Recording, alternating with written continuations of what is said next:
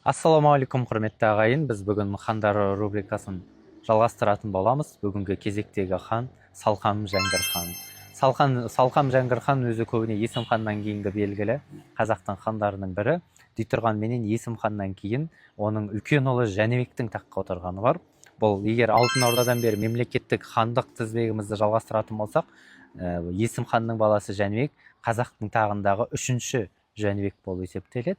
Жәнібек ханның билеушілік кезіндегі үлкен істері көп деректерде сақталмай қалған. Сондықтан көбіне халық Жәңгір ханды есте сақтап қалған.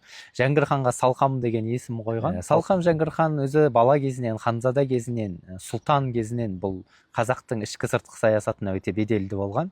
Әсіресе сыртқы саясатында жоңғарлармен қатты қақтығысқанда көп көрініп Есім ханның да Жәңгір ханның да жоңғарларға шапқан шабуылы белгілі. Себебі жоңғар хандығы жаңа Қашқар билеушілеріне, Қашқар хандығына әрдайым зиян зарар тигізіп отырған.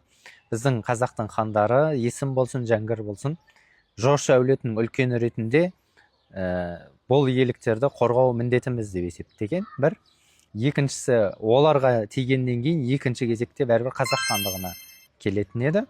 Үшінші себебі жаңа ғази деп айтып отырмыз ғой, яғни ислам үмбетінің бұл жақтағы, мұсылман үмбетінің осы жақтағы қорғаушысы деп есептеген өздерін қазақтың хандары. Өзінің 10 жылдық билігінде осы соғыстарды беделді белсенді жүргізді және оның ең атақты соғысы Орбұлақ шайқасы деп аталады.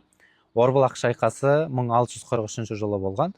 Бұл шайқаста бәрі белгілі 600 әскеріменен 50 мың жоңғардың қолына қарсы тұра алды деген бізде кейде сөздер келеді. Алайда бұл деректі анықтау керек, тастықтау керек.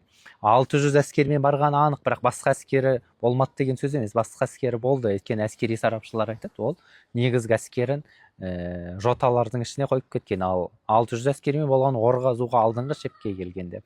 Және бұл соғыста Самарқанда Жалаңтөс Баһадүр билеушінің келіп қосылғаны бар 20 мың әскермен. Және бұл Орбұлақ шайқасы қазақтың қанша жылға рухын көтерген шайқастардың бірі болды. Алайда енді Жәңгір хан осы соғыстардың бірінде дүниеден өтеді. Дүниеден өткеннен кейін баласы Тәуке оны әкеліп Түркістанға Қожа Ахмет Яссауидің кесенесінің жанына қояды. Қожа Ахмет Яссауидің кесенесі қазақтың мемлекеттік идеологиялық символикасы болып танылады. Сондықтан ол жерге қазақ хандарының қойылуы бір дәстүр десе де болады. Осылайша қазақтың тарихында Салқам Жәңгір атты ең мықты билеушілердің бірі өткен.